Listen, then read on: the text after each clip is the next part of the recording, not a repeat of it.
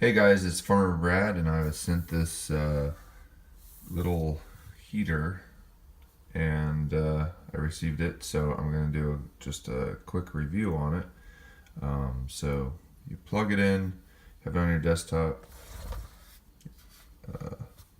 turn the power button on there, then you press the power, and it will start cranking out and putting some pretty nice heat out.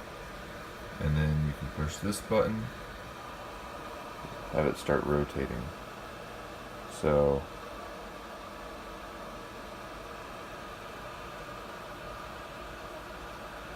that's pretty nice. Then there's this light here that is red right now, and then if I push it again, it'll be blue.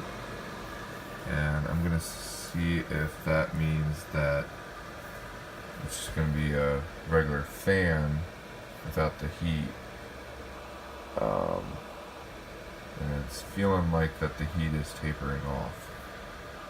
So that's pretty cool. But yeah, I'm just blown away. Like, look at the size of my hand.